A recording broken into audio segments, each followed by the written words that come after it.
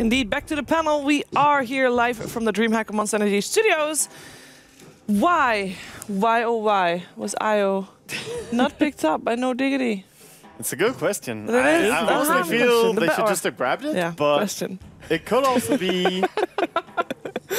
It could also just be the other way around, you know? Like when the opponents leave the Wisp, they're like, oh, why are they giving us this?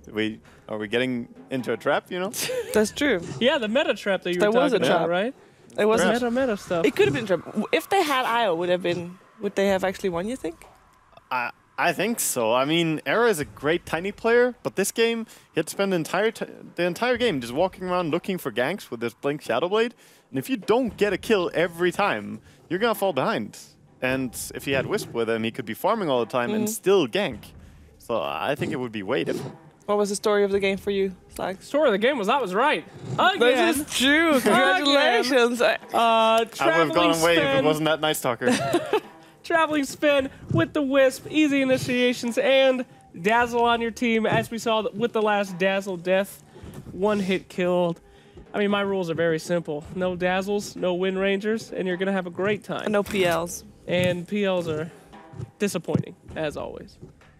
But yeah, anyway, great game though. Yeah. I mean, both that series I think was one of the best ones that we've had so far. For sure. A real pleasure to watch, and really No Diggity just came out swinging in game 1. They fought pretty well in game 2, so it was everything a Dota fan could hope for, I have to say. Yeah. I agree. So, meh. I want to know which replay did you choose? Which replay did we choose? We're going to find out which replay Scriff chose. Scriff, did you choose as a replay? Sure, let's take a look into Scriff's mysterious mind. Oh, the Roche Pit. Yeah. Very good choice here. This Roshan fight is where the Tiny blinks in and tries to go for a steal with pause right now. Look at he's so close to getting this, but too bad for him. The Invoker is too quick, so he doesn't actually manage to steal it, but he still goes in and gets a very big initiation for his team. Okay, at this point, it's 25 minutes in, right? Yeah. Does he have to try? Is this the moment where, like, if he doesn't try, they lose? Yeah, I think they were getting so out-farmed, and he realized because he has been going for so many ganks. I mean, even just looking at the net worth, you can see the Tiny is way behind. He's way behind his Sven. He's not really down to half his farm, but I mean, it's looking pretty bad. Yeah, we can let the replay play here, and I mean, they get the Invoker Aegis very quickly here with the combination and just some follow-through. They kill the Invoker once, but they have to scramble and run. The Grave actually manages to secure the Tiny long enough that he can kill. And Yapsor on the Night Stalker actually gets some kills here on the back, but they should try and disengage as soon as they can here, because when Invoker gets back, there's no way that Diggity are going to win this fight. And Wisps, there you go. Yeah, so like right at this moment, they just need to try and scramble and run, because they got the Aegis kill, they got one kill on the Wisp, and now if they keep taking the fight here, Invoker is just going to make short work of them. And, yeah, some excellent Sunstrikes.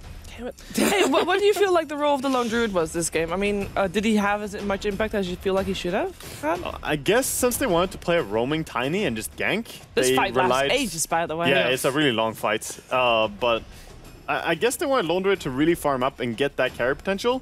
But I believe they made one big misstep in this game. They had the advantage in the early game. They took towers so quickly. They had 3 towers really early on, and then they just stopped going as 5. And they waited, and that's when Batrider... We're no longer... Batrider finished up his blink, and they just lost. I think they need to keep going. Keep 5-manning really early before the key items are up. Okay.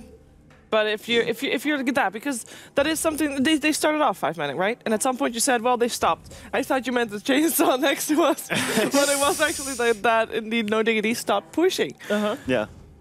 Lone Druid was it the right hero to do that with as well? Because he does have a long ramp-up time generally. I think they needed to take the tier 2 towers. If they could not do this, then I believe their draft is just very inferior. If they kept pushing, because if you draft yourself into this shoes, I mean, you have Nature's Prophet, you have Lone Druid, you kind of have to take all the 6 towers, or it's already a very weird draft to me. And they had the tools to do it. Night Stalker early on, really strong. During nighttime, they could just have gone. And this is before Batrider had a blink.